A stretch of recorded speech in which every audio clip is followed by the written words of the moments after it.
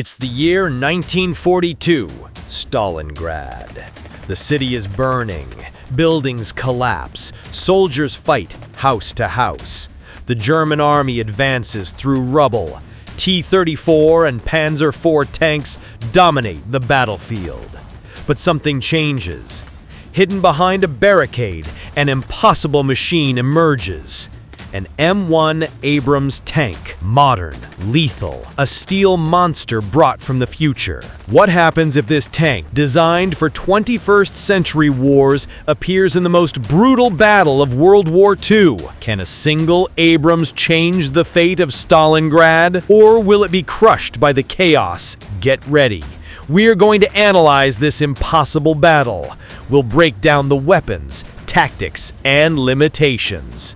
What is this tank appearing in 1942? The M1 Abrams is a main battle tank, designed by the United States in the 1970s. It's a rolling fortress. Key features: weight, 62 tons. Speed, up to 72 kilometers per hour on roads. Engine, gas turbine with 1,500 horsepower. Armor, composite ceramic and steel, far more advanced than anything in 1942. Armament, main gun, M25 120mm cannon, fires depleted uranium armor-piercing rounds. Effective range, 3,000 meters. Can destroy enemy tanks with a single shot. Machine guns, 1 M2 Browning 50 caliber, 2 M240 7.62mm machine guns. Ammunition, 42 rounds for the main gun. Technology, computerized fire control system, thermal vision for operating at night or in smoke, laser rangefinder for pinpoint accuracy, advanced communications. Advantages, it can fire on the move. Its armor withstands most 1942 weapons. Its cannon destroys any enemy tank at long range. Limitations, uses JP-8 fuel, which doesn't exist in 1942. No spare parts or modern technicians. A single tank, it can't be everywhere. The Abrams is a titan, but Stalingrad is hell.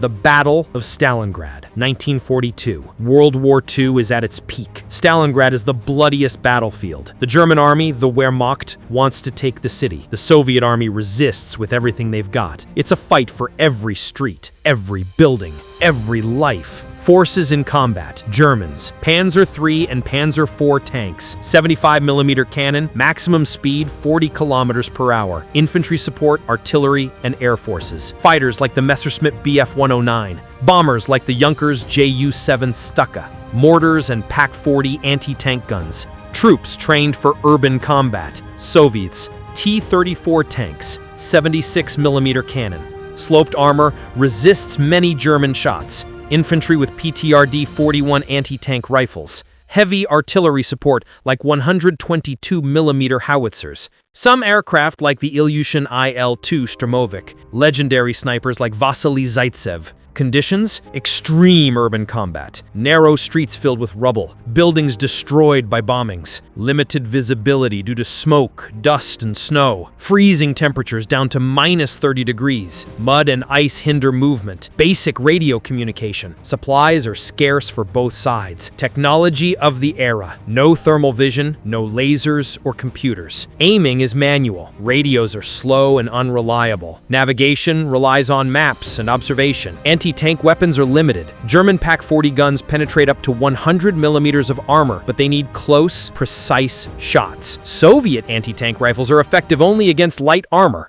Strategies. Germans use adapted blitzkrieg tactics, advance with tanks and air support. Infantry clears buildings. Soviets defend every meter, use ambushes and counterattacks. Snipers and anti-tank mines wear down the enemy. Both sides fight relentlessly. Scale of the battle: hundreds of thousands of soldiers, thousands of casualties daily. Stalingrad isn't just a battle, it's a symbol of resistance and destruction. And Abrams enters this chaos. Can it make a difference?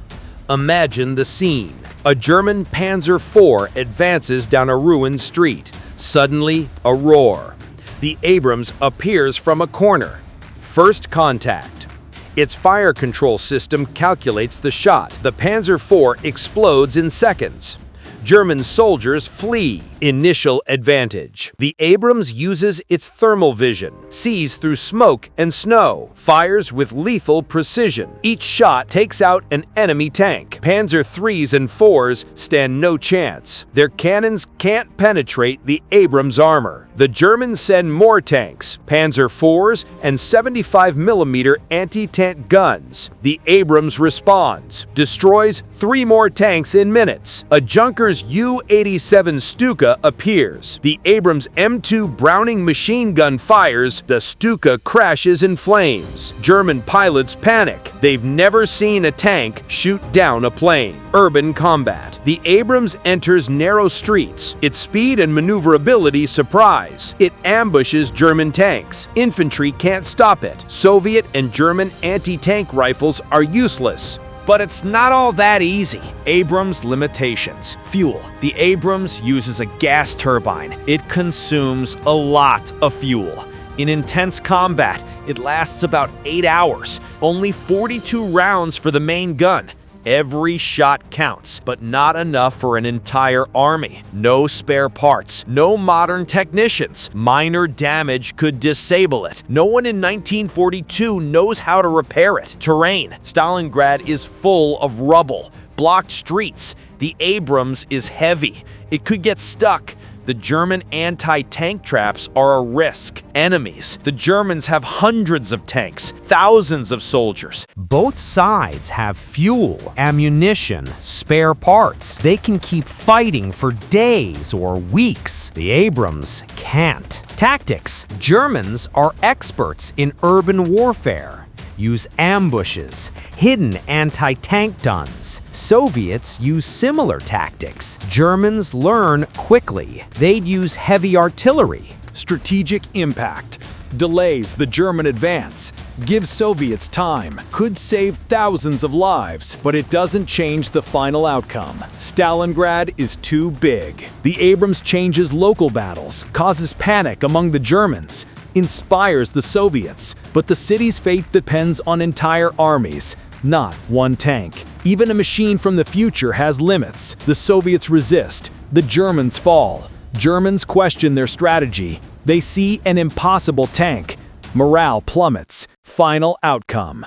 The Abrams makes a difference, buys time, saves lives, but it doesn't rewrite history. Stalingrad remains hell. The M1 Abrams is a machine from the future. In Stalingrad, it would be a nightmare for the Germans, but one tank can't win a war. What do you think? Leave your opinion in the comments. If you like this video, give it a like. Subscribe for more epic battles. See you in the next one.